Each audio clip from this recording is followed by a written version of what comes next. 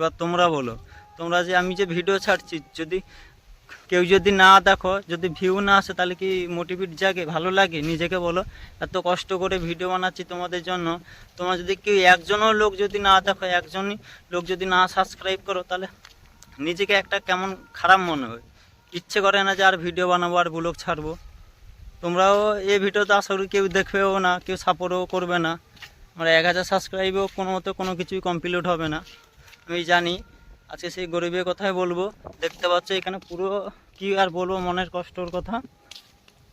আমি বাইরে ছিলাম 5-10 বছর আগে, কিছুদিন হলো বাড়ি এসেছি। বাড়ি আসার পর দেখতে পাচ্ছি আমাদের বাড়িঘর সব কিছু ভেঙে গেছে। বৃষ্টি হয়েছিল প্রচুর পরিমাণে, তার জন্য সব কিছুই পুরো ভেঙে গেছে, দেখতে পাচ্ছ।